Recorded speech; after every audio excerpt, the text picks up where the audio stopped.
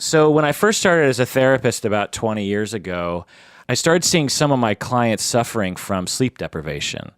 And I thought to myself, well, maybe they should go to a doctor to talk about that. And I might recommend, hey, you're not getting a lot of sleep. You're telling me you're not getting a lot of sleep, and you're telling me that you might be having some effects from that. Maybe you should talk to your doctor about that.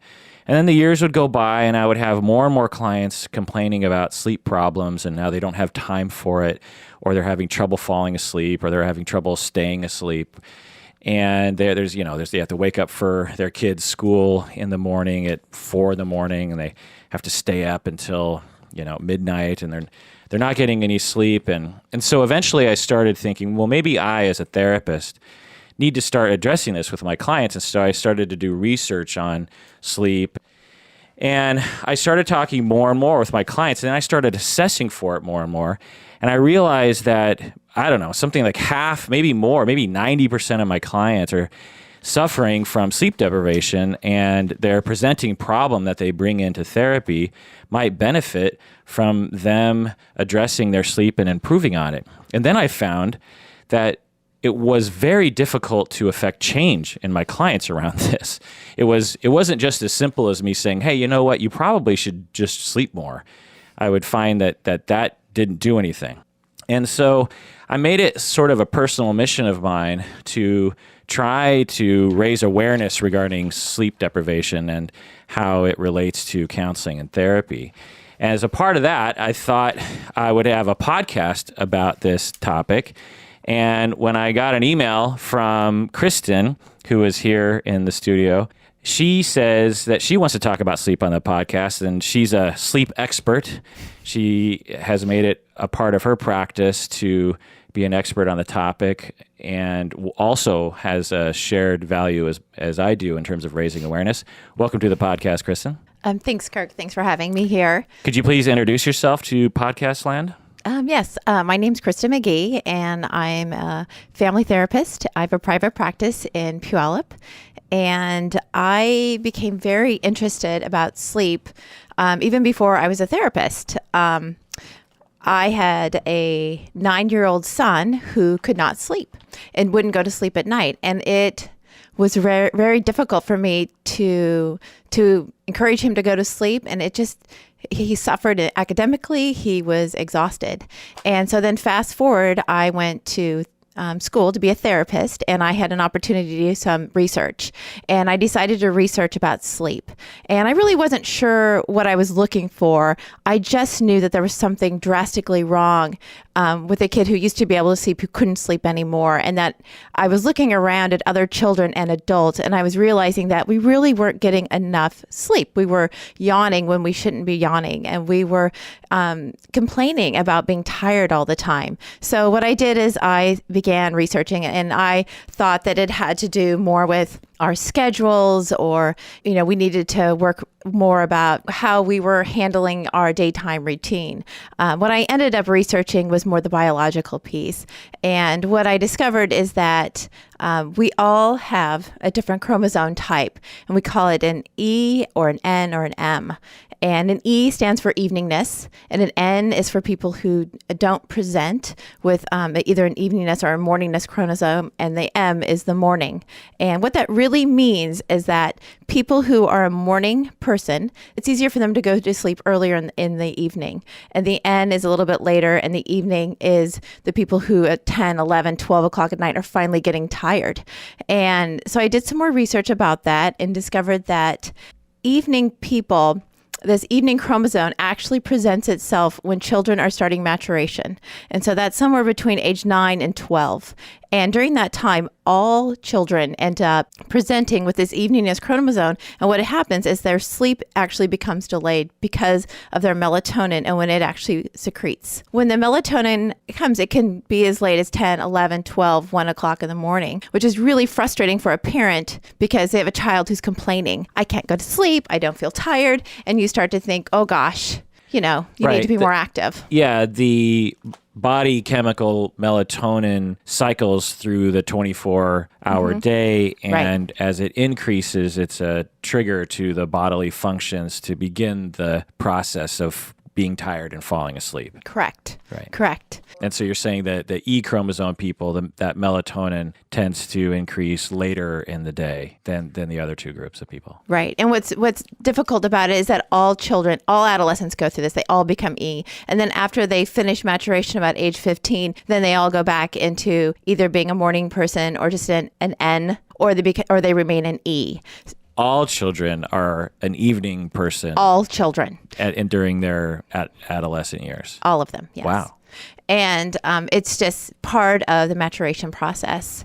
So, I mean, what does that mean? That means that, and you can really, one of the ways that they look and study these kids is that if you look at them on the weekends, what time do they naturally go to sleep? What time do they naturally get up in the morning? So if you get kids on the weekends that are exhausted and they're all of a sudden sleeping all these hours, way more hours than you would think normal, like 12 hours, 13 hours, those kids are normally suffering from sleep deprivation. Sleeping until noon on Sunday, for instance. Right, because they're exhausted. Because no matter what, they've got to get up at 7 a.m. in the morning to go to school because they don't want to be tardy. There's no movement for them to be able to stay up late and go to school a little bit later. So essentially, the way that the education system works in the States typically is that you're in elementary school, you start school around 9:30 or something. Middle school is 8:30 and high school is 7:30. So that's going in direct opposite directions than what should be happening, which is maybe the opposite direction or even later. So high school should be starting later so kids can sleep in longer and go to bed when they feel like going to bed, which is around 11 o'clock.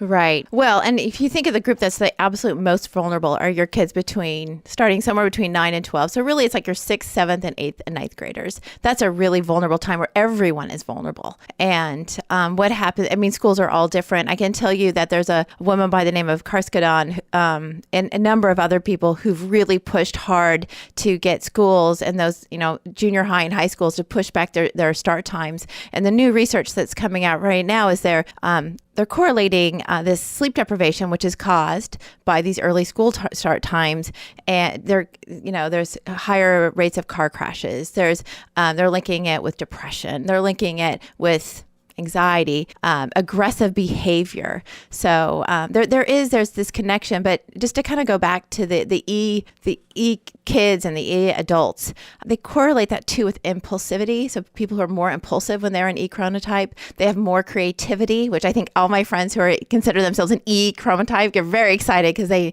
like, oh, you're more creative, you're potentially more intelligent, you're also exhausted, and you also do worse in school because they're not able to adjust because society hasn't adjusted for these people who have this biological factor that doesn't allow them to go to sleep because of their melatonin secretion. Not only because of the systems in place like school schedules or your work schedule at Amazon or Microsoft or something. Right. But also societal constructs regarding sleep schedules. Like, for instance, I know I'm an E. I've been an E my entire life. Everyone in my family is an E. Yeah. We all stay up very late and are not so great in the morning. Although some people in my family are actually great in the morning. I'm not so great. And so over the years, part of the reason, it's funny, one of the reasons why I became a therapist was because it's interesting that you're bringing this up, just because I didn't know this chromosome deal. Is when I was 24, I was suddenly having to work a regular job, and I was working 8 to 5, just like every other working stiff in Bellevue, Washington.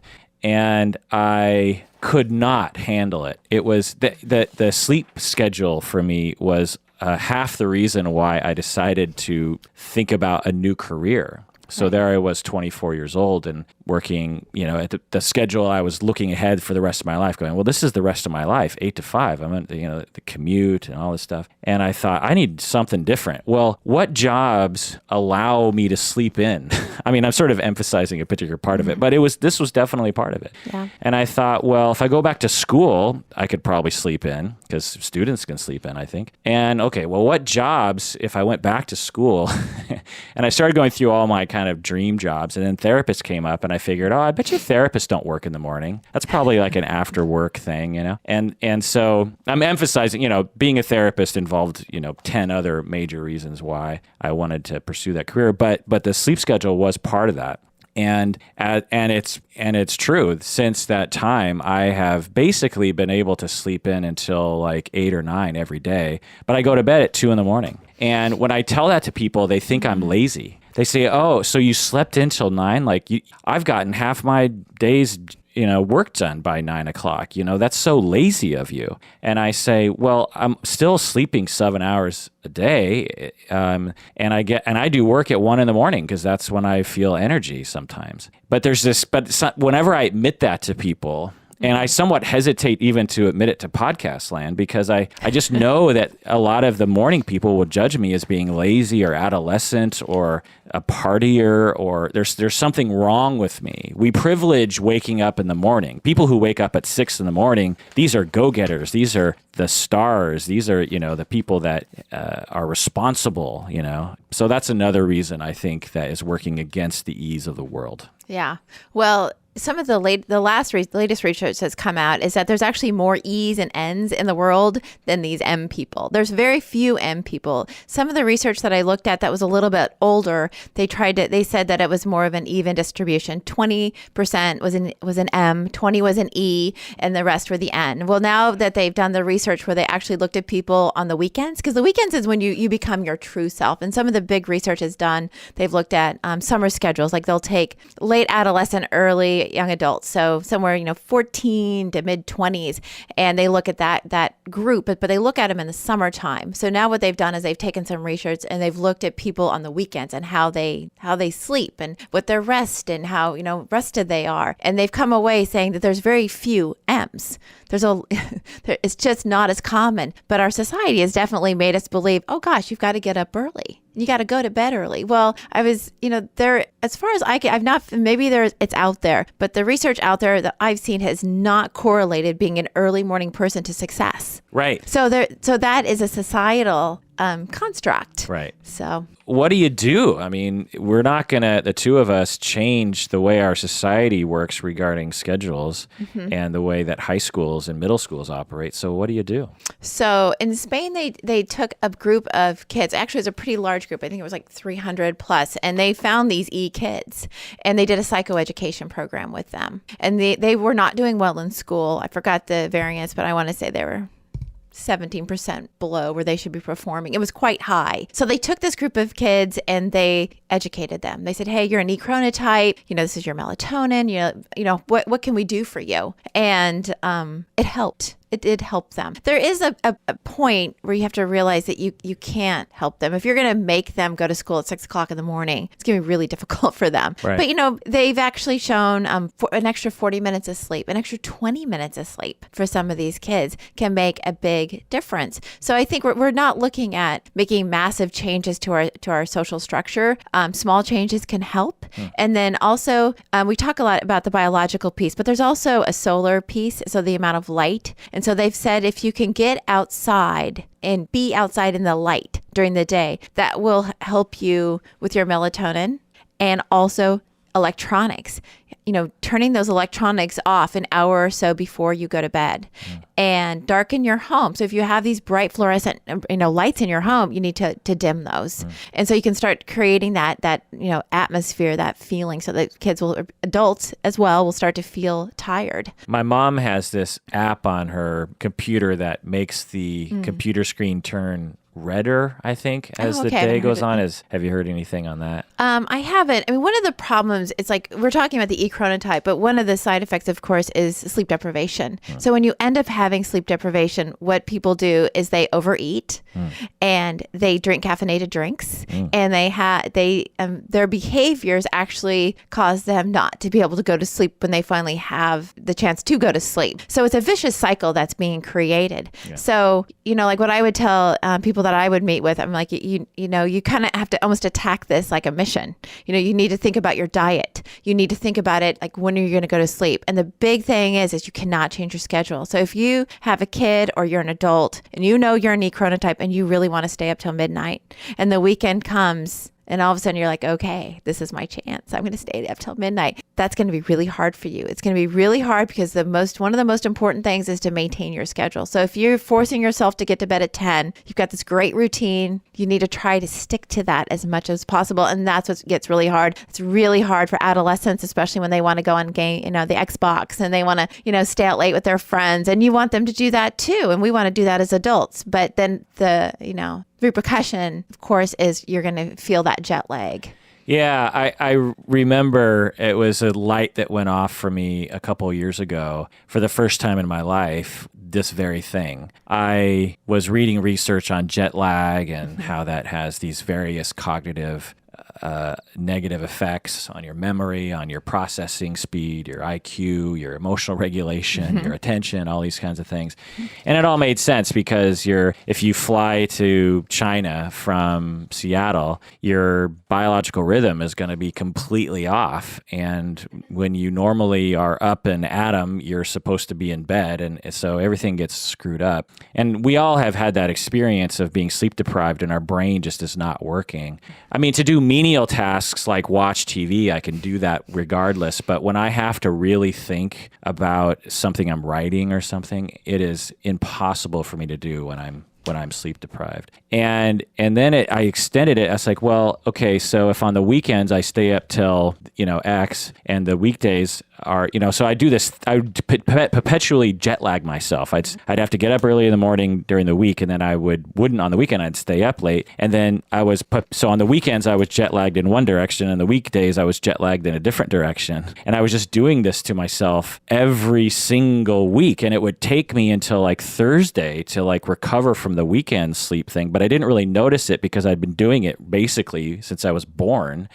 So what I tried to do, I tried to stay up later during the week, and I tried to go to bed earlier on the weekend to try to make it more uniform, which was hard to do to some extent. But when I did that, I found that it really helped my cognitive abilities and my energy level.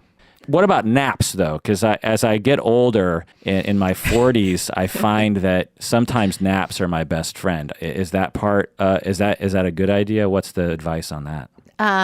Okay, so the naps are interesting. The problem, a nap is fine, but not very long, because if you go too long, that messes up your schedule again. So if you're going to take a nap, it needs to be short. How short? Less than an hour. I usually set my timer for 30 minutes. Perfect. Okay. Yeah, that's good. Maybe sometimes 20 minutes. It's perfect. Yeah, that's fine. Because it kind of rests, you get a little extra rest. Yeah. So when you're talking about how you jet lagged yourself, and so you're going through sleep deprivation, basically. And so you're right. It's like so when you reduce the amount of sleep, you're increasing your stress, you're increasing your anger, you're increasing your impulsivity. And also that's when people start drinking, smoking, eating carbs, and anything that they can find to stimulate their body. So as for a therapist, I mean, that's something to keep in mind. If you've got a kid that comes into your office who is drinking Monster drinks and the parents are like, they're yawning all the time. And, and I just was, recently observing some kind of pre-adolescent kids doing some things, and it was in the middle of the afternoon, and I was watching them yawn. And I thought, that's sleep deprivation right there. Right. It's that, people are like, well, how do you know you're sleep deprived? Well, do you feel sleepy in the middle of the day? Like, do you wake up? I always ask clients, I'm like, do you not feel rested? And your alarm goes off and you don't drag 5, you drag 30 minutes and you're barely functioning. That's sleep deprivation, because really if you're trying to follow, you get enough rest, you're not like that. You're able to get up. And I also found that when I had a more constant schedule with more consistent schedule through the week of sleeping, I would wake up before my alarm went, like a couple minutes before my alarm went off, which was bizarre for me because that would never happen in the past. But yeah, I would just wake up and I'd look at the clock and it'd be like, 2 minutes until my alarm, and I'd feel wide awake because my body, it wants to have that routine. And I think that's the light that went off a couple years ago. Because in the past I thought, well, it doesn't matter when you sleep, as long as you get 7 or 8 hours, then it's good. But a couple years ago, this light went off and said, no, your body's continually trying to build a routine, because even when it's not just 7 hours of quote unquote sleep, it's 7 hours where you're going through several stages of sleep that try to get coordinated. And the idea is you have to, the best case scenario is you wake up at a particular point in the cycle that even if you get 8 hours of sleep, if you wake up in the middle of deep sleep, it's disruptive to you. You want to wake up in this natural sense, as you come up to stage 1 and that kind of stuff. And so, yeah, I really, and then I got one of those apps that you put on your phone, and it's supposed to like gauge how your movement in bed, and it's supposed to have it's a rough guess as to the stages of sleep you go through, and you can kind of monitor it, and you can even enter in things like, did you drink caffeine that day, and does that affect things? And you really realize just how erratic your sleep schedule is, because you graph it all out, and it's like, man, I don't do anything the same any day, So, have you ever used those apps before? No, I haven't. I've heard of them before, but no, I haven't used it. The only thing they do is they monitor, because your phone has a movement sensor, and you put it on your mattress, and so all it does is gauge the amount of movement, and that's supposed to be associated with a stage of sleep. The deeper sleep you are, the less you move. But that's a very rough estimate. When you actually go to a sleep study lab, they hook up all these electrodes to you and have a much closer idea. Right. But it's I think it's good for people to do, because it raises awareness regarding sleep. Yeah, no, I mean, it does. I mean, when I was talking about my one child that had all these sleep issues, he's had 2 sleep studies, because I was convinced that he had sleep apnea, that there must be something wrong. Because when you have somebody in your family that doesn't like to go to bed and who's tired all the time, it's natural to think, well, gosh, maybe they have sleep apnea, or there's something really, going on. But when I discovered that it's just that he's this chronotype, and I could address it in a completely different way, and it's not a problem for him. How did you address it? Just let him go to bed later, or? We talked a lot about it. We still talk a lot about it, and we talk about what time he needs to go to bed, how many hours of sleep. If he's going to stay up late with his friends, like what that's going to happen. What does that mean? And so what I've done a lot with him is psychoeducation. So instead of saying like, you need to go to bed because that's what good boys do, no. You say, remember, you're an E chronotype, and we've talked about this before, that if you mess with your sleep schedule, you're likely going to have more irritability, you're going to be in a bad mood, and then you might get in trouble at school. And remember what happened a few years ago when you were getting in trouble every day? We don't want that. That sort of psychoeducation, right? Yeah, exactly. Yeah, absolutely. Just kind of always having it part of the dialogue that you need to have, 9 hours of sleep, and how are you going to get those 9 hours of sleep? Rather than just screaming at the kid because it's the right thing, because mommy said. Right. And I think educating parents so that parents can start to have some empathy for their kids. I'm not an evening chronotype. I never stay up really late. Around 10, 11 o'clock, I'm really happy to go to bed. But do you fall asleep during movies and Yes, TV? I do. Yes, I do, Kirk. I know people like you. I know. I'm sorry, but I don't. But I thought about it. I thought, gosh, am I really not an evening chronotype? Because I have a 14-year-old, so I've had children at my house for the last 15 years, or had, that messes with your sleep the minute you have children. And I'm sure that's another reason why I'm so interested in sleep, is that I've been sleep deprived forever, because there's always somebody waking up. And I value my sleep so much now, because when you're not sleeping, you're not able to handle the stresses of life. Yeah. I now, when I have a big cognitive task, like currently in my program, we're going through a reaccreditation, and it's entirely on my shoulders to write the self-study and to get us reaccredited. It's a very, very arduous, long, annoying process, lots of paperwork and lots of stuff. And it's not fun for me. So when I sit down to do it, and I need to do it for like 8-hour blocks, and I need to think and write and think and write. And it's a double whammy. It's something I'm not I don't want to do, and it requires a lot of brain power. I have to store a lot of memory stuff as I'm doing it. And I plan my sleep the day before. I really make sure that I get good sleep. I even drink my coffee at a very specific time because that gives me a little extra boost. And then I'm off and running. It's like, okay, because I've really realized that my brain fluctuates in its abilities, and I need to capitalize on those moments when it's functioning well. You know what I mean? So, and sleep is definitely a part of that. So, Kristin, I remember when I first got to know you as a couple and family therapy student in the program at Antioch. I remember as we were talking about cases you were working on with your clients, I remember it was you that was always bringing up sleep issues. Every client, we was at a case consultation class, and other interns were talking about their students, and they're saying, yeah, I have this 13-year-old kiddo who's getting in trouble at school for attention problems, and the diagnosis is ADHD, the kid's on Adderall, and you're like, have you thought about sleep? Have you thought about sleep? And another, it's like, oh, the parents are depressed, and you'd say, have you thought about sleep with the parents? But the thing is I totally agree, and it's odd that a lot of people don't think about it, right? I mean, I bet you find that a lot of people, it just doesn't even occur to them to even think about it or to assess it even, right? Yes, I feel like a bit of a broken record, I have to say. I feel like I've been labeled, but I don't mind the label, but it is. I hear all the time, I hear people will talk about clients or kids or just themselves, and I'm always thinking to myself, how much sleep are you getting? It goes through my head for everybody. I'm like, are you under 7 hours? Because if you're under 6, it's really detrimental.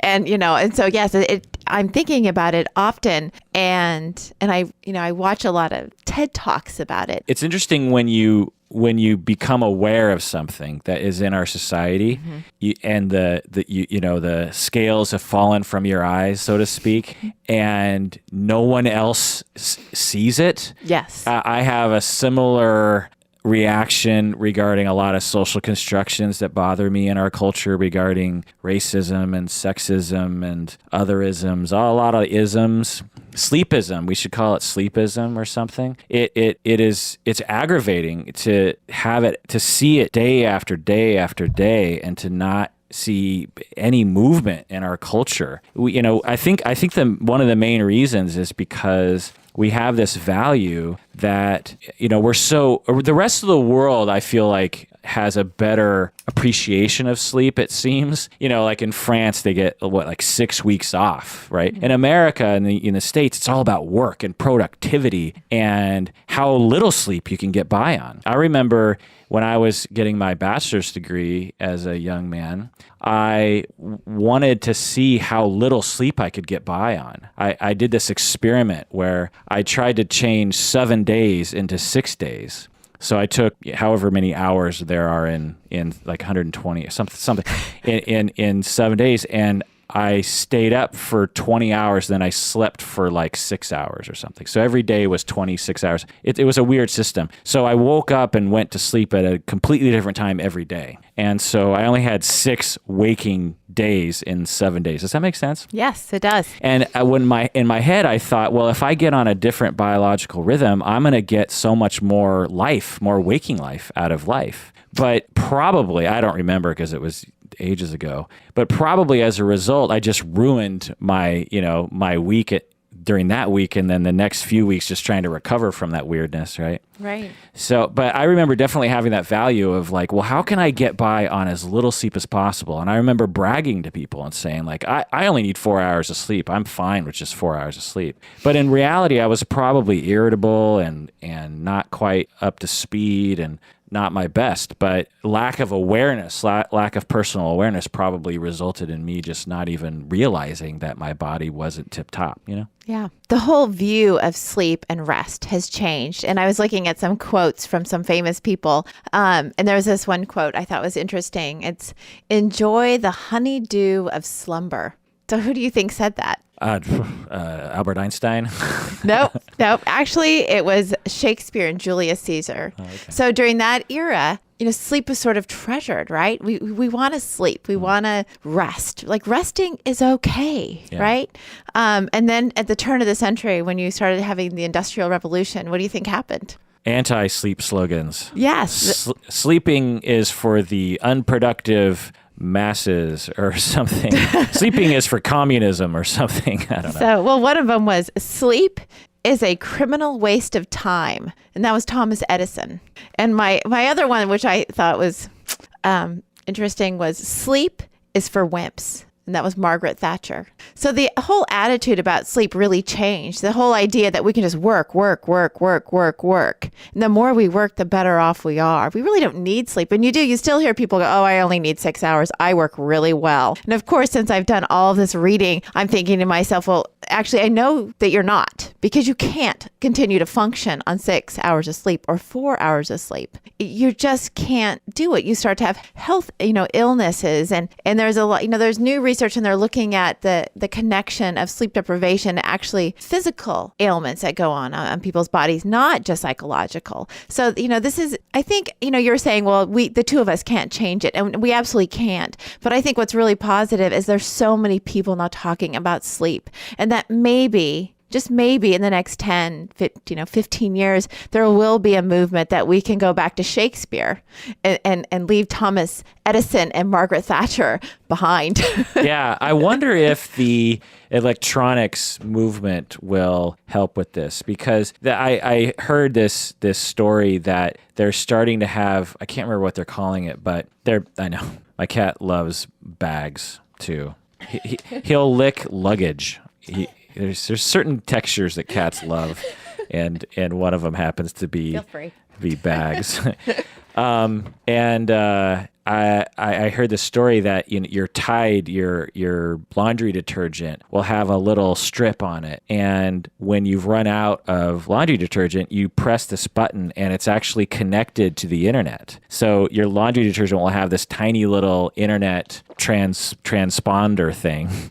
And you press it, and then Amazon or whatever will just send you another one in the mail. Something along those lines. So it sounds ridiculous, but cell phones sounded ridiculous when they first came out. We're old enough to remember that. Oh yeah. That time. I think that sounds like a great thing. Okay. So imagine if you just keep adding these little cheap electronic transponding devices around your life. Your mattress could have one that could, just passively keep track of your sleep schedule. And then you might have an app on your phone that might ask you, how's your energy level? Or monitor how many times you've exercised. Everyone will have a Fitbit or something, or your phone will just naturally keep track of this sort of stuff maybe. And maybe it'll just send you this notification after a couple of months and say, did you know that when you sleep less, you exercise less and eat more, and your weight goes up? Did you know that? Yeah. Because the problem that I see in terms of changing our society is that a lot of people are just not aware of themselves. That to be truly aware of yourself, you have to have time. One, you have to be very organized, and you have to be very introspective. You have to be very navel gazy. You have to have support. You have to be the self-actualizers. I kind of feel like the self-actualizers are the people who are actually working on their sleep. You know what I mean? Yeah. I feel like everyone else is just scraping to get by. And along those lines, when I talk to people about sleep, when I talk with my clients about it, I say, how's your sleep going? And it's like, oh, not so great. Okay, well, how many hours of sleep are you getting? Well, I don't know, maybe 5 or 6. And in my head, I'm thinking, oh, it's probably 4 or 5 if they say that. And then I give them a little spiel about how it's likely affecting their issues. And they're just like, oh, okay, agreed. Well, so how do you want to work on it? It's like, well, it's impossible. There's nothing I can do. I mean, there's nothing, I would have to cut something out of my life in order for me to get an extra hour of sleep. I don't have an extra hour in my day. And I say, okay, well, let's run through your day. And they'll say, okay, get up, get the kids ready, make breakfast, get them to school, go to work, get home, and then I got to make dinner, and then I got to help them with their homework, and then I'm pooped, and I need an hour of veg time in front of the TV with my husband, and then I fall asleep. And I'm looking at it, and I'm like, yeah, how are we going to add an hour to that? And the universal thing, almost universal, nearly universal thing I come to is people need to work less. People are working like 55, 65 hours a week. And where do those extra hours come from? In my estimation, I think research shows this, it comes from sleep. As Americans, we work way too much. And what does that do? It makes you less productive at work, which means you have to work more hours. If we worked 30 hours a week, but got 8 hours of good sleep every night, how productive could we be in those 30 hours? My guess is very productive. right? No, actually, I mean, it's costing us money. So if you think of, okay, so if you have people who are sleep deprived, and what the research is coming out is they're talking about, particularly about adolescents, about when they're sleep deprived, their accident rate goes up. Okay, that costs our nation a lot of money. Insurance companies a lot of money. Our society. And deaths. And it just goes, yes.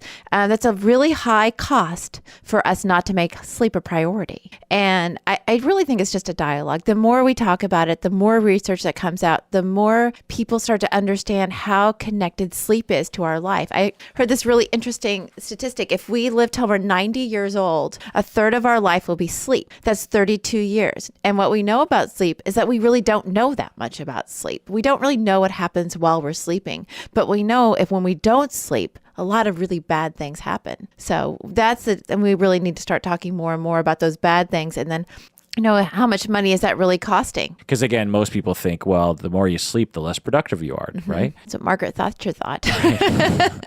So it looks like you have some research there from a respectable hard copy of a journal. I do, Kirk. It's Translational Issues in Psychological Science is actually the name of the journal. And at the end of one of their articles, which is called Implications of Sleep Loss for Organizations, I'll just read what they write here. It says, sleepy employees interpret situations more negatively, respond impulsively to threat ambitious situations, and demonstrate lower self-regulatory ability. Moreover, sleepy employees are less creative, make poorer decisions, and take unnecessary risks. Yeah, I could see that. So yeah. Puts you in a bad mood. You wake up on the wrong side of the bed. They should change that phrase to you woke up on the shorter length side of the time. Have you ever found that when you talk with people about their sleep, they get sleepy if they're sleep deprived? I feel like when I have this conversation with people, often I'm having it because I think they're sleep deprived. So yes. Well, I've found anecdotally that I'll start off with someone and they seem energized normally. And then, I mean, it might just because I'm a boring person, but even just talking about sleep for, I don't know, just a minute, I find that people get really tired. It's almost like it triggers them or something if they're sleep deprived to think about falling asleep. I don't know. You haven't found that? I think what I find is people are so happy. They go, really? I'm an chronotype. That explains so much. They go, that's why. And they have a whole list of things immediately, how they felt like they haven't fit into school, their family, society, because they want to stay up late and they want to get up late. And the first thing they tell me is, I'm not lazy. I'm really not lazy. I just don't want to go to bed. And just like you said, it's like, so they've been keeping it inside all these years. And all of a sudden by me saying, hey, you could be an chronotype, that's actually a biological, marker. And that this is something that you can't change. You're going to be an chronotype for the rest of your life. And and then they talk a lot. Yeah. I remember another cultural message. There used to be this Army or Marines commercial. I don't know if you remember it. Yes, I remember. Where it was, it's this action-packed, the guys get up and they're jumping out of airplanes. And then as the sun is rising, they're drinking their coffee and they're having a little Miller time kind of moment with their comrades. And it says, we do more before 6 a.m. than you do all day or something. It was sort of a phrase like that. And I remember thinking, wow, how great it must be to be a part of a team where you all wake up super early in the morning and you get all this stuff done, But the part that they don't say is, well, they went to bed at 7 p.m. to wake up at 2, Wow. You know what I mean? Well, you have to think too about the military has a lot of issues, and you have to wonder if maybe some of those issues come from sleep deprivation. I mean, they have issues with suicide ideation. They have problems with alcoholism, drug abuse, substance abuse. There's a lot of things that are going in the military. The military is having a hard time recognizing, understanding, and I don't know if they're looking at sleep deprivation or if they're looking at chronotypes, or if they're taking a look at, what are the biological factors of their soldiers. But if they have soldiers that are chronotypes and they're waking those guys up at 5 o'clock in the morning, I would suspect that they are really sleep deprived. Right. And to me, it's not only just the chronotype versus the other chronotype issue. It's shift work. Mm-hmm. I know guys in the military, women in the military, and I also talk to people that work at Boeing, for instance, that work on different shifts. Mm-hmm. And I find that to be some sort of like labor violation because these people are required to work these really weird shifts. I find that these people they're making good money, but they're miserable and they're tired all the time. Well, some of the stuff, chronotypes, sometimes they gravitate to jobs that, especially if you are an outlier. So it's like you were saying how you you like to stay up late. Well, there are these people out there who are really out there as far as super E's. We'll call them super E's. I don't know if that's a term or not, but they will call them a super E. And there's a couple of things. Or vampires. But they're vampires, maybe. They gravitate towards ER doctors, taxi cab drivers, shift workers. They love it. And they do fine. Your problem is if you try to take an M or me, if you put me in one of those positions, that would be a nightmare for me. I would not do well. Yeah. When I was getting my bachelor's, I was a security guard, and sometimes I was a midnight shift, and I remember really, really liking that. Yeah. See, you'd be perfect. Yeah. You're a vampire. Yeah. But I am not. There's also kind of a romantic notion about it all for me, because when the city, everyone was asleep at 4 or 3 in the morning, it's just kind of a magical thing. You feel like it's your city, you get to wander around the city and no one's really around, I remember really liking it at 3 in the morning. Yeah, no, that would not entice me at all. Right. Maybe midnight or 1 o'clock. Actually, for me, it'd be getting up early and going for a run. Like I used to live in Savannah, Georgia, and I would get up very early with my lab to go for a walk. And I would get up on a Saturday morning at like 6. Nobody, let me tell you, Savannah, Georgia, which is a big party town, nobody's up at 6 a.m. but me and my nice, happy dog. So it was great. So I do understand that romantic feel, but for me, it was the morning. So E's have 3 in the morning and M's have 6 in the morning. Yeah. Those magic moments. Yeah. And what's really magical is if you have an M marry an E. Yeah, I feel like that happens a lot. I feel like it that happens a lot. So then you're not on the same, and actually you're saying a 24-hour clock. They think it's somewhere between 24 to 25 hours. It's like somewhere in there. So if you can imagine if all of a sudden you have an M and an extreme E, it can be really difficult in a marriage or in a relationship, or parents who are, E's and have M's, or M's who have E's. I mean, it just gets really complicated, and just having some empathy for the other person, and they're not really trying to make you mad, even though it feels like they're trying to annoy you every single day. Right. What do you think about couples sleeping in separate beds as a result of trying to accommodate each other's different sleep schedules? I think if you do not get, 8 hours of sleep, good 8 hours of sleep, you're going to be your relationship will really suffer. So that's what I do think. I mean, sleeping in separate beds, if that's what it takes. If that's what it takes. Yeah. Because if you're not getting any rest, you're not going to be very pleasant to live with. And then you're going to have other marital issues stemming from the fact that you're no longer able to communicate. Yeah. Let me ramble a little bit about this issue. Yeah, go ahead. We have this cultural notion that if you're a couple and you don't sleep in the same bed, there's something wrong with your marriage. Mm-hmm. Often it's a symptom that you hate each other and you don't like to sleep in the same bed.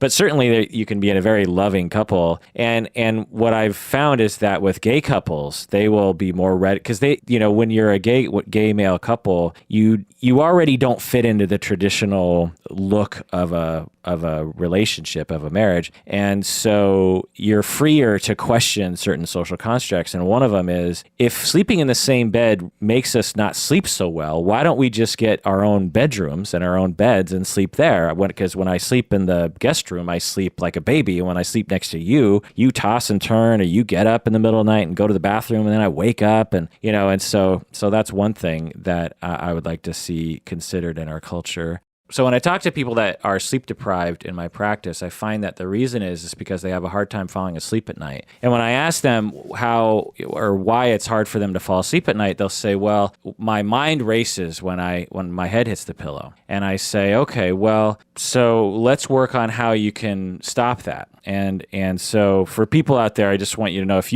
you suffer from sleep, that's a possible reason why, and there are solutions to it. A lot of people feel like there's no solution to that like, well, that's just how I am, my mind races, or my life sucks right now, and so I'm just going to think all these negative thoughts, and I can't stop thinking about all these horrible things, or I'm stressed out at work and I have all these things I have to get done, and they run through my head as soon as my head hits the pillow. And what I tell people is that if you get into a practice of, some people might call it mindfulness, some people might call it just being mindful of the kinds of thoughts you have and sort of managing the thoughts you have. And what I tell people, and it works, is when your head hits the pillow, the first thought that enters your mind, if you predict that's going to be a thought that's going to keep kind of rolling around in your brain, you wake up, turn on the light, and you write it down. You write it down on a piece of paper. You type it into your iPhone or something. And then you say, I'm going to work on that tomorrow, not now. Say it's like, oh, I have that meeting tomorrow I have to prepare for. Well, you're not going to do any good by thinking about that and getting sleep deprived. So you wake up, you write it down, you say, okay, got that meeting, I'm going to prepare first thing in the morning. That's what I'm going to do.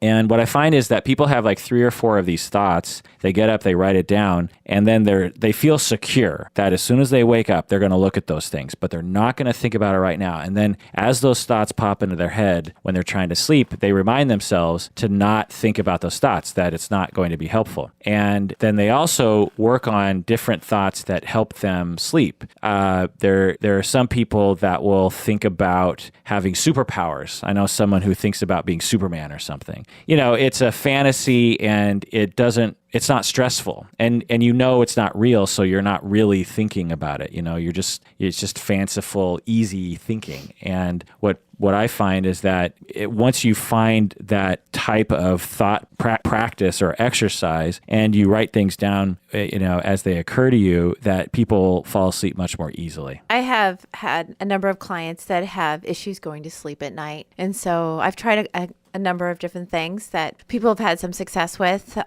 The one is I have them, before they go to bed, I have them sit in their room and visualize like a box. And then I have them put in whatever it is that they're thinking about that's really troubling them, to actually think of themselves as putting it in the box. And I have them close their eyes, and we do it in the office. And we go through a whole process of all the things that they worry about, whatever that may be. And then I have them visualize putting the lid on the box, putting it down on the ground, and knowing that, tomorrow, the next day, that they'll deal with whatever's in that box.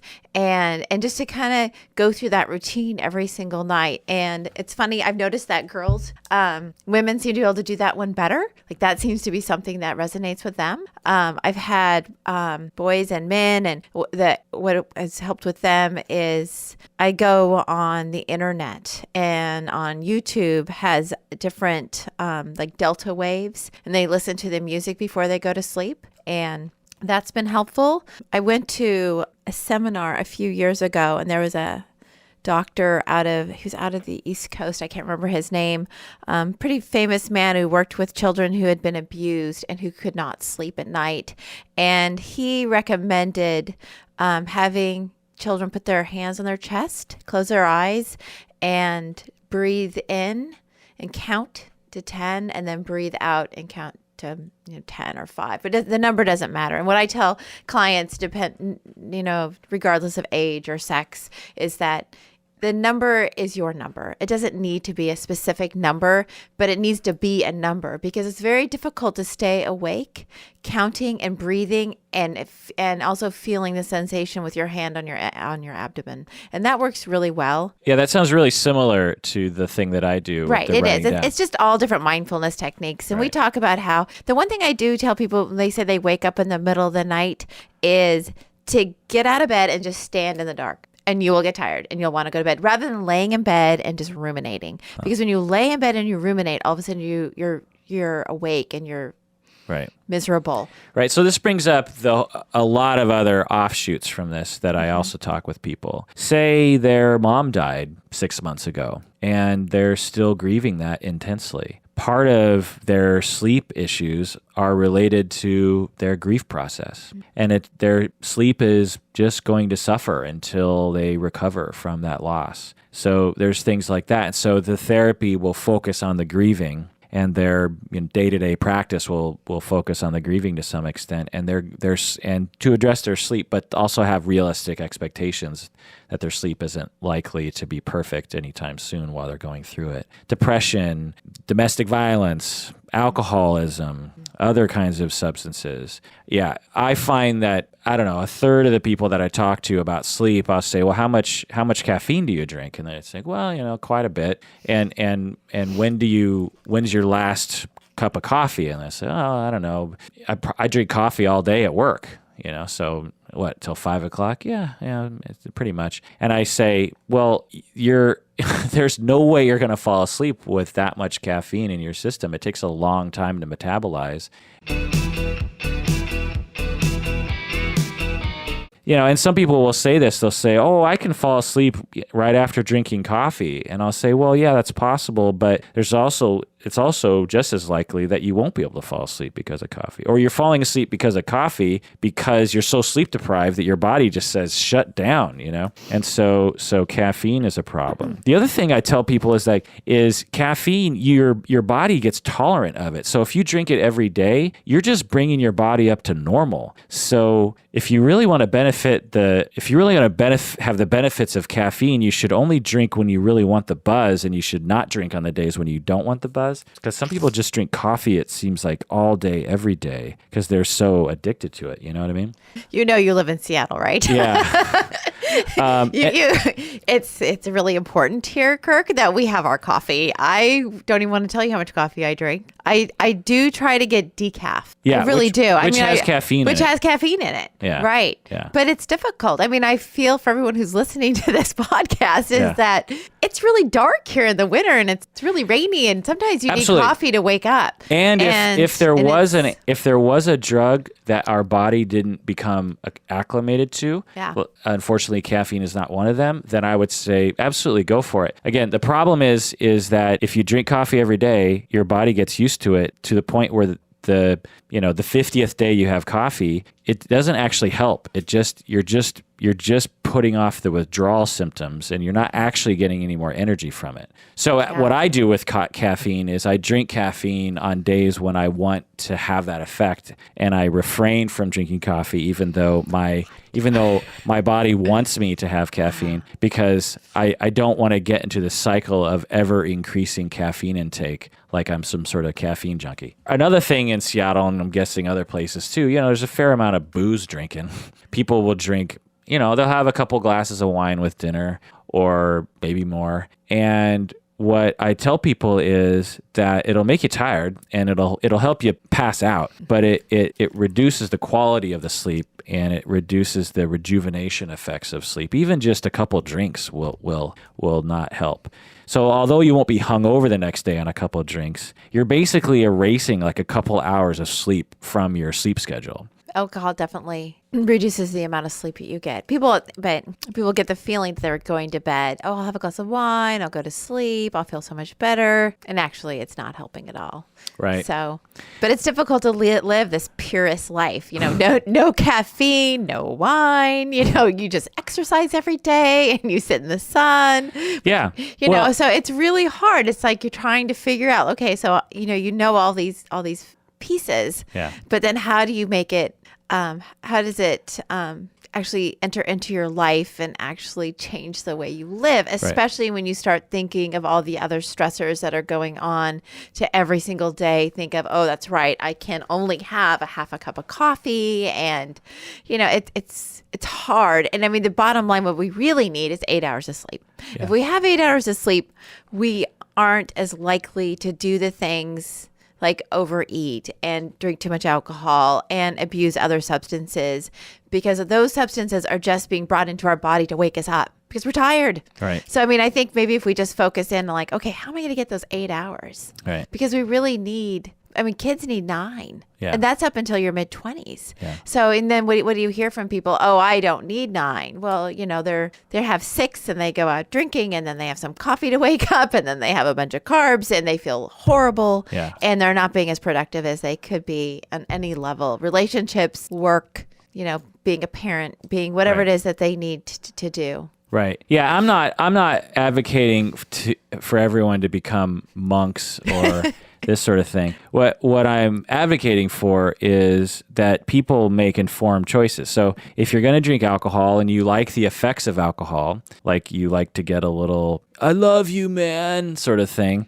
then that, or you like to, just the numbing effects of it or whatever effects of alcohol you want, but do it with the knowledge that there are negative effects. There's positive effects and negative effects. Caffeine, positive effects, negative effects. And just acknowledge that. There's no free lunch when it comes to drugs, unfortunately. And so if you go into it willingly, then I think people manage it better, For instance, like for me, like now I used to drink coffee every day because I used to think I needed it to wake up. But then I realized that I was just tolerant of it after, I think you get tolerant of it after like a couple weeks or something.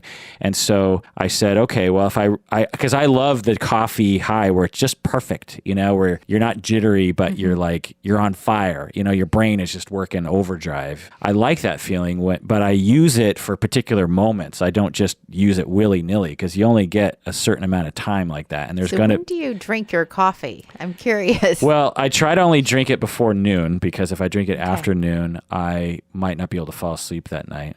I also will do it when maybe I have a talk to give or a podcast to do, or I have to write something. If writing requires my full brain, and when I am high on caffeine, I can write a lot. I can write very easily. I can read and write very easily. Whereas when my brain is off kilter, it's hard for me to write. So that's when I use my caffeine. Great. I use my heroin at different times and my cocaine at different times. Every drug has its place, is my point. I find that I drink more caffeine when I'm here in the Northwest. When I've lived in other places in the country, I barely drink coffee. But when I came back home, I thought, I won't drink it. And I started out with like a half a cup. And then it's a full cup. And then it's like, 2 and 3. And then like 2 o'clock in the afternoon, I'm thinking, So, but I don't, I'm also aware that when I do that, it ruins my sleep and that I'm going to struggle that night. Yeah. So I remember going cold turkey off of caffeine a few years ago because I was just like, this is insane. I'm drinking coffee every day. And I had just had the worst withdrawal symptoms for a couple of days. Like my brain was just like the opposite of what it would be on caffeine. So, well, to put a fine point on some common issues, I think, are a very common presenting problem is a parent brings in their 10-year-old into therapy saying they've been diagnosed with ADHD, or their teacher thinks they have ADHD, and they want medication for ADHD. And I'm guessing that a lot of those kids are sleep deprived, and that's the only reason why they have a problem with attention or hyperactivity. So there was a case study that I read about. It was about one person, so it's very limited. This individual was a boy. He had he actually ended up being hospitalized for 2 years with psychotic behavior, depression, anxiety. I mean, everything that you don't ever want to hear that your child's diagnosed with. This kid was diagnosed, pulled out of school, put into a mental hospital. Many, many people got involved with this kid. And the end of the story is that somebody intervened in this kid's life, and all they did was they took him off everything, all of his meds, weaned him off, and they gave him melatonin, and all the symptoms rescinded. All of them. The kid went back to school. And when I read the case study, that was just about one person, one kid. It was obviously a really dramatic case, which, caught my attention. But the family wasn't willing even to mess or to go back and adjust. They gave this kid, X milligrams of melatonin. The kid slept. He slept for the first time and his psychotic behavior ended. So then I was sort of interested to see, well, what else are they saying out there about melatonin supplements? And I looked at a number of studies, and they showed giving melatonin to a variety of ages of kids. And I believe there's sort of a spectrum. I want to say it was it was really small, like 0.3 milligrams to like 9 milligrams that they could give this to children. And you would see dramatic shifts in their ability to go to sleep.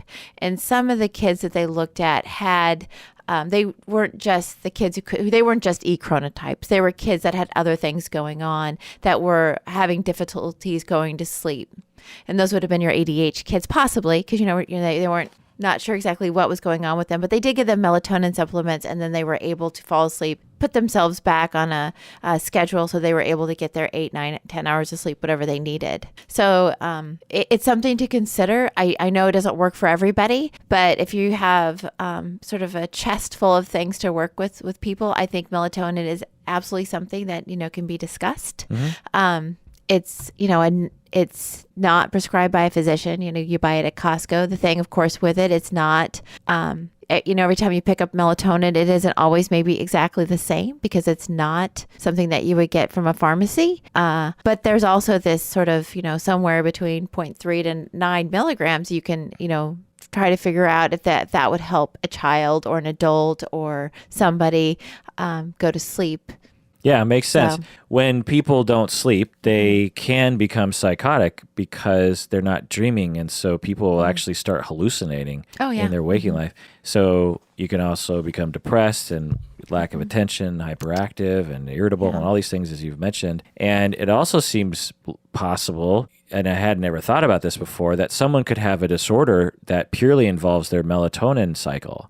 Oh yeah. You can have disorders like of your fingernails, like, my toenail, my pinky toenails are crazy looking, they're not normal. There's something wrong with them. And, so you can have everything right about your body, so to speak, everything within normal limits. And then, there could be just something askew. One of those things could be your melatonin cycle. Yeah. And if that is off, you could absolutely imagine that completely screwing up everything, starting with one's sleep and then branching out from there to all those other effects. And if you miss that as a potential treatment focus, then you might be missing the one thing that is going to help them. Right. So, and in this one case, there's evidence that that's the case. Yeah, that was just the most dramatic case that I saw. There was there's other studies, but that one was so shocking because here was this kid who was so psychotic. I mean, to be hospitalized for 2 years is very dramatic. Yeah.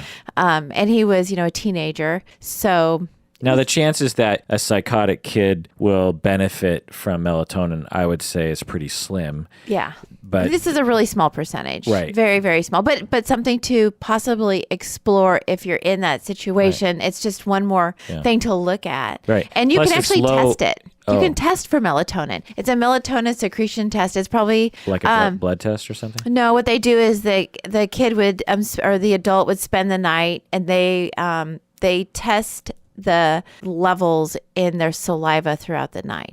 It's an expensive test, I'm sure. I'm not even sure if anybody does it around here. I would think University of Washington may do something like this. I'm not sure. Well, they have a big sleep clinic. So I would think, I know we don't do it like down at Good Sam, because I think I asked actually if we had anything set up like that for testing for melatonin secretion, because it can be a problem for some people. Yeah. It's just like one of those rare cases, but if you're the parent or you're the person or you're the person who has this issue, it becomes pretty critical if you can't go to sleep. Yeah. One of my favorite songs of all time is a song called Melatonin by the Silver Sun Pickups. You're kidding, really? Yeah. That's a song? Yeah. It's a Seattle band, Silver Sun Pickups, Melatonin. It's a wonderful, wonderful rock song. And I think they have a half Asian drummer too. So, shout out to my brother if that's true. I also want to talk a little bit about sleep medications because I think it's relevant when it comes to Ambien. Have you ever taken Ambien before? I think I took Ambien one time when I was coming back from overseas, and I was trying to get it did not work. I've got to tell you, I've not had good experiences with Ambien, and also the people around me have not. I mean, not worked very well for them. I mean, wandering the house, they wander the house, they get up, they eat, they wake up in the morning and they have chips everywhere. They don't remember getting up. I knew of one person who got up in the middle of the night and put makeup on and then went back to bed. I mean, odd behavior. Well, what's scary is that person woke up in the morning and they looked in the mirror and they had a bunch of makeup on and they had no idea. And they had no idea what they did, but they know they put makeup on, but they don't know what else they did. I mean, maybe she went clubbing or something. I mean, that's the thing. She's in her 70s, so let's hope not, but you never know. There's probably clubs for 70-year-olds. You never know. In the mood. Da-da, da-da. Yeah, people think of Ambien as just this harmless drug that helps you fall asleep, but it's a pretty heavy-duty psychotropic that has a number of side effects. One of them being is it appears to turn off your ability. Essentially, you enter another state where you're not recording memories and you're essentially sleepwalking in a sense. And one of the reasons why there are a lot of effects on women, and it sounds like some of the people you're talking about are women, is because most medications, the trials are with white men.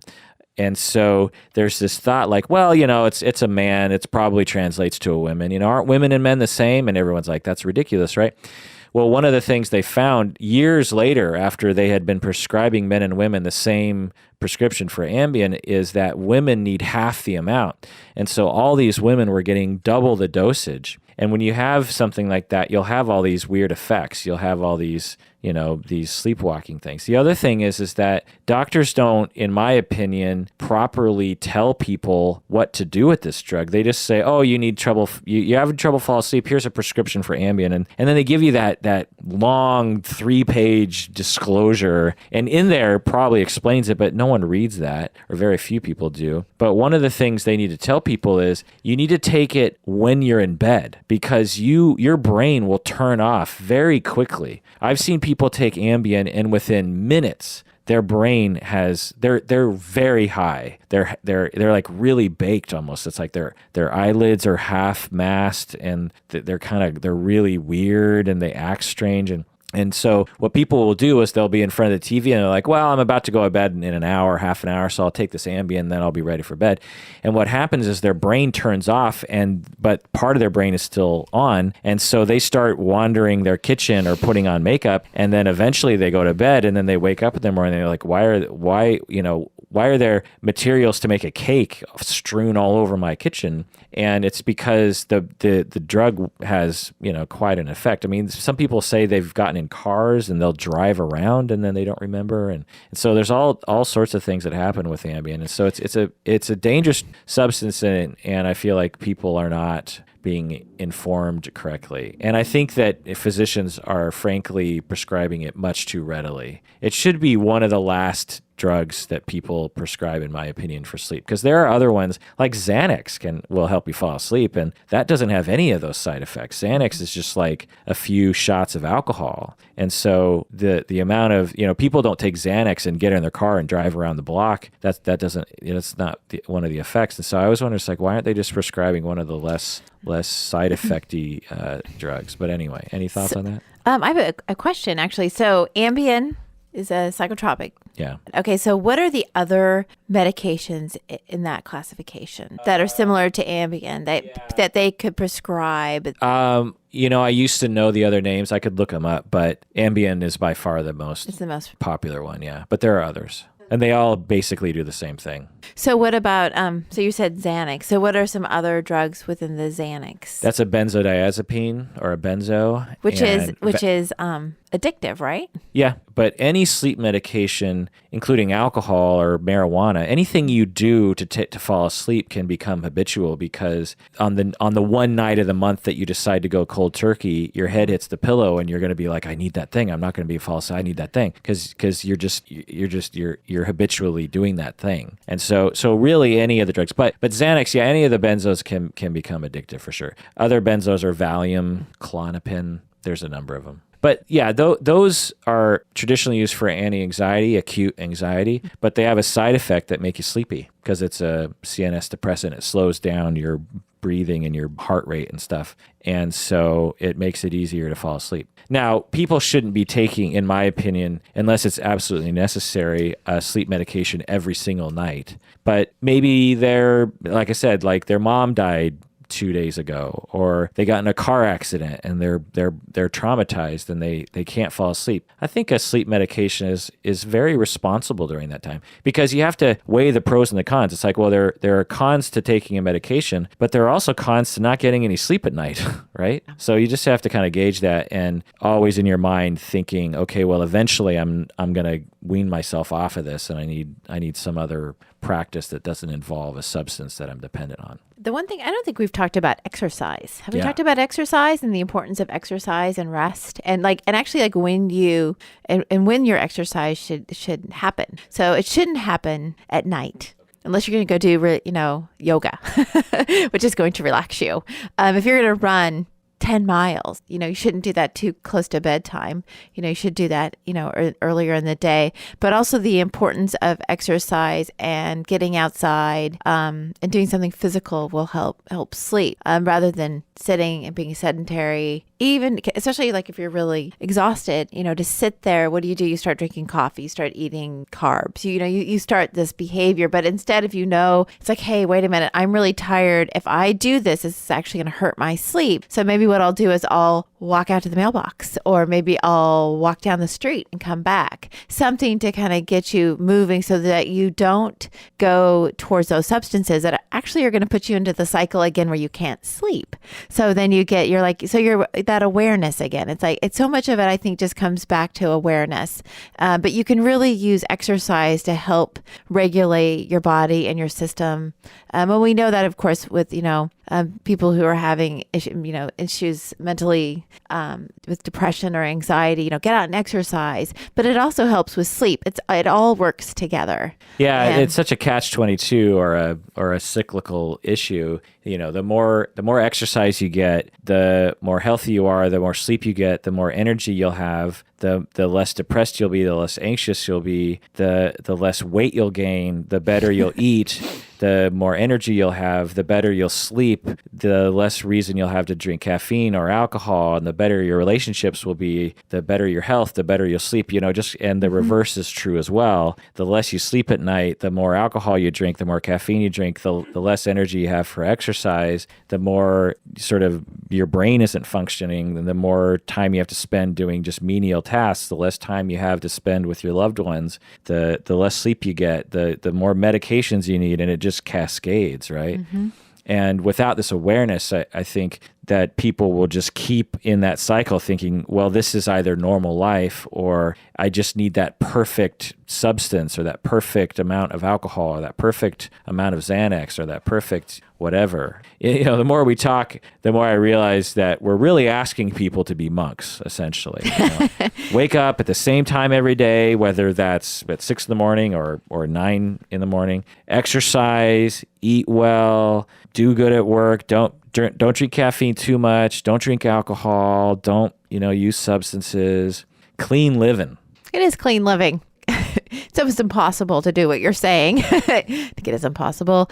And maybe what we need to add in there is like an accountability group that you need to be accountable to somebody. And maybe it isn't always that you've done it all, but maybe that you failed, and that's okay because you've got the next day, right? Yeah. And the next day you can try again. You're not going to be perfect every day. You're going to have too much caffeine some days, and sometimes you're going to have too many glasses of wine at dinner. And, maybe you'll go a week and you won't ever see the gym. And you'll survive that. Yeah. But I think being with family or loved ones or a partner or friends or, whatever social groups that you've hopefully been able to establish, that those people can kind of uplift you and encourage you, and also understand that you're going to probably fail often, because we all do. I mean, gosh, I'm sitting here thinking about how much caffeine I had today, and probably how I probably didn't need that chocolate bar, and that maybe I should have gone to the gym this morning rather than not going to the gym, because the day before I ran long. I mean, it's just this constant every day, just trying to do your best. Well, on that note, I'll say that does it for another episode of Psychology in Seattle. Thanks for joining me, Kristin. I think this is an important topic that we need to spread the word about. So thanks for coming on the podcast.